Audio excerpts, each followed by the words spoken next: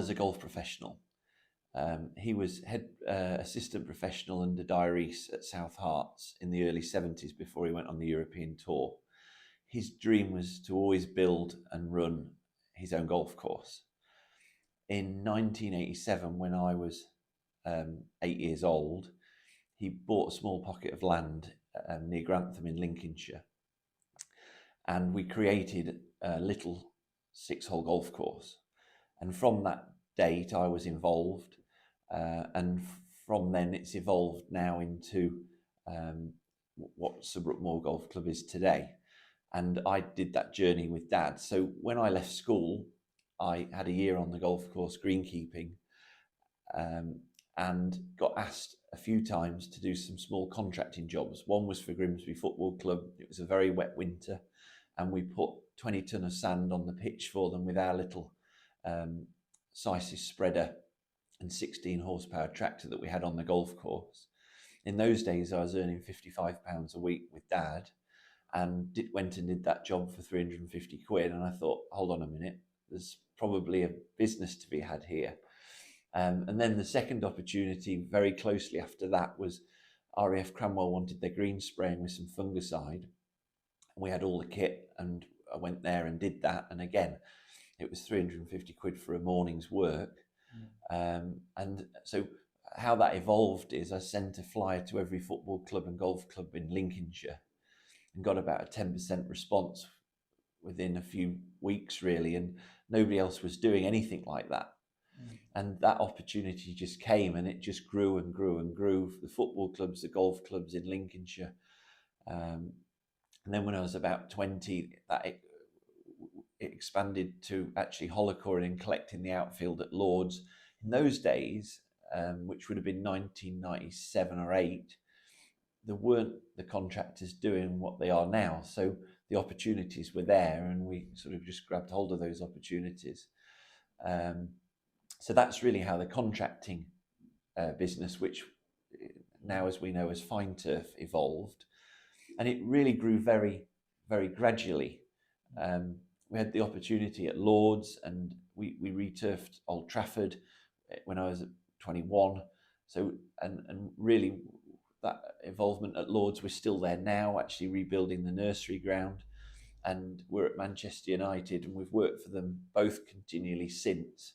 And it just, little acorns become big oak trees, and that's really how it was. The turf growing, slightly different story. I grew my first field of turf when I was 15, an acre, 4,000 square metres on a little plot of land that we had next door to the golf course, and grew it for about a year. We started harvesting it with a Ryan turf cutter, and my mates were doing a paper round for £4 a week, and I was doing a pallet of turf on a Saturday for 50 quid. And that revenue then helped me buy my first Wiedemann, my first compact tractor, a truck and a trailer, and then my first self-propelled turf harvester. And that 1 acre went to 10, then from 10 to 20, from 20 to 50. And we were growing it under the name of Fine Turf in those days, and we got 200 acres in the next village to Carlton Scroop, Honington.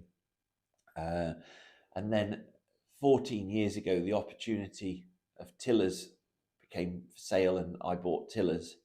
Tillers then was 400 acres, very good reputation for golf, all grades of golf turf. Since then, we expanded that to 2,200 acres, which is 10 million square metres of turf, mainly for golf and sport, 26 different products for golf. The evolution of those small little contract jobs in those days just really grew very slowly. And I was doing the odd day of contracting and then the rest greenkeeping at home. And then over a couple of years, it became more and more full-time contracting on my own, and I employed a couple of people in it. And really that just expanded very gradually. I mean, I was very impatient at the time, thinking, you know, there's all these big jobs going on, and we're at the moment just doing small jobs. But with hindsight and looking back, the small gradual growth was definitely the healthy growth. Nothing grew too fast that we couldn't cope with it. And when opportunities came, we found we were big enough then to deal with those opportunities. And I believe that my path was set out really and how it's evolved. And it's still evolving. Now, we're introducing new products at Tillers. We're evolving old products at Tillers to really what customers are asking for. We very much have open ears to customers' feedback and new products that customers may want, or developing of old products and adapting them. And that's what we're really about. I'm a greenkeeper.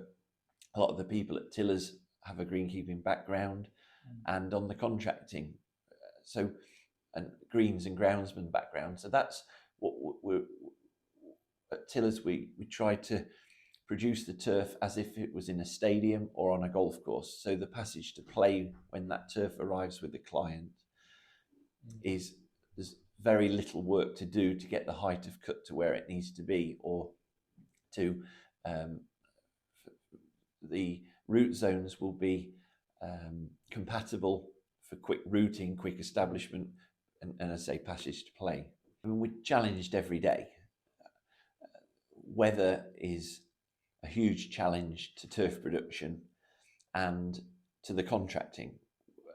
Sports turf contracting, you need conditions to be favourable to produce a good surface, to do a good construction job for the years that it's played on, it performs correctly. If you construct in the wrong conditions, you end up with long-term problems for the client and for our reputation. I mean, especially in more recent times as well, with extremes of weather. You know, in the last 7 years, we've experienced two of the hottest summers and driest summers we've ever known. We've experienced some of the wettest and coldest winters, and everything we do is a natural product, and it has that effect. I mean, we're at the moment in probably the wettest early autumn we've experienced. In fact, we've had over a third of our annual rainfall in the last couple of 3 weeks. And trying to produce a high spec turf product to meet the customer's expectations and our own standards is tricky. Height of cuts are difficult. Fields being flooded, we're trying to get water off. Only 6 weeks ago we were irrigating, and now we're pumping water off the fields. So it's the weather is a challenge. But what I always say about Tillers is the dedication of the team. Whatever's thrown at us, we just do our best to adapt to what comes at us, and we just try and produce the best product we can under the circumstances. Also, talking to the customer, they're all experiencing exactly the same problems in their own environments that we are. So when we explain to the customer that the height to cut is maybe at 22 mil instead of 18, they totally understand that. And communication between the production staff, the office staff, and the customer is paramount. We're all after the same end result, and things don't always go to plan. It might not be weather, but during COVID we experienced a lot of material shortages, and trying to deliver these products with a lack of material, or trying to adapt, or trying to keep time scales and timelines on projects when you're battling with suppliers for products. It all brings its challenges, but you're absolutely right. Communication with the customer, we're all after the same end goal, and if they understand that we're doing our best and we're battling the weather or supplier, and communication is definitely everything. That individual, I think, has got to have a passion for the industry. Then they need a fresh idea. They need a dynamic that will be different to what a lot of others are offering. And they've got to have that drive and enthusiasm and get up and go to to pull it off. And I would say start very small ideas and grow those ideas gradually. Big growth isn't always healthy growth. I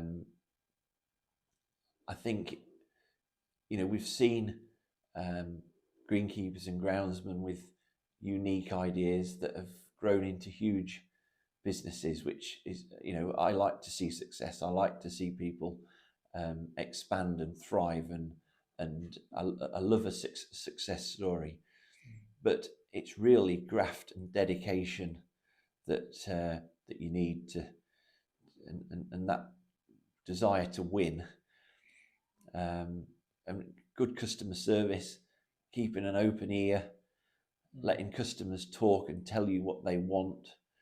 I always believe let the customer say what he wants to say, because if you interrupt him, you may lose that idea, or you may let them speak freely and just take in that knowledge, take in that feedback.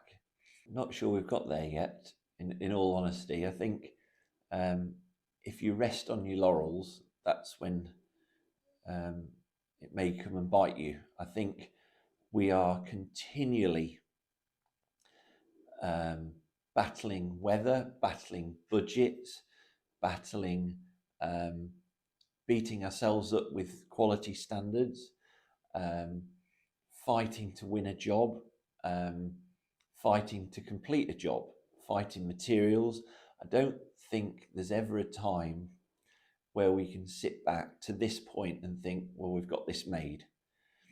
At the moment, we are battling project deadlines on construction, against weather conditions, against we're coming into golf season now. We've got 26 different golf products sat within 8 miles of this office, ready to go. And at the moment, we're battling heavy rainfall. We're battling getting mowers out onto fields that are either waterlogged or soft or too wet to get out with a mower. We're golf greenkeepers are battling at the moment. They're got these winter projects to do, but they're still mowing grass because temperatures are in the mid-teens. Grass is still growing really quickly, and they're struggling to get mowers out. Next, they'll be battling leaf collection, and trying to do these winter projects. So, when it's never sit back, feet up, and think, right, well, we're there, because after this, we're going to go out and walk some fields, look where Sunday's harvest is going to come from, look at the best possible product that we can send to the customers. We're going to be looking at what mowers can we get out where, and there's a team of 35 people out there now. We're pumping water off, letting water off, we're getting mowers out, we're taking dew off fields, fungicides going on. Where are we able to mow, where we're not able to mow? Mowing in wrong conditions, you're deteriorating the product. There's never a dull day. We have to keep pushing, and we're only as good as the last pallet of each product that goes out on that lorry to the customer. We're only as good as the last construction or renovation job we've done. So standards have to be maintained and improved, and battling the elements. And I keep going on about the weather, but in these extreme conditions that we've witnessed, it's constant. Where are we with this? How can we improve that? What can we do to satisfy that order? I think the slow growth and the right thought track and careful consideration about how we grow, how we improve. I don't really look back and think, oh, we should have done that. Hindsight is a wonderful thing, and there are small things that you look back and think, well, we should have done that slightly different. But I think careful consideration and strong mindset and the want to improve has really kept us very much on the rails. Go back to weather.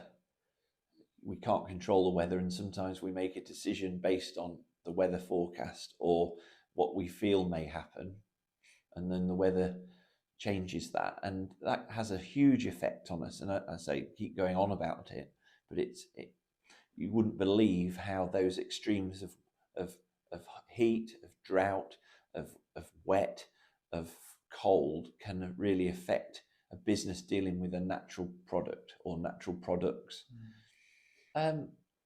Yeah, I mean, the continued betterment of our turf products at tillers is top of our list. Fungicide depletions and chemical depletions, it makes turf growing more and more challenging.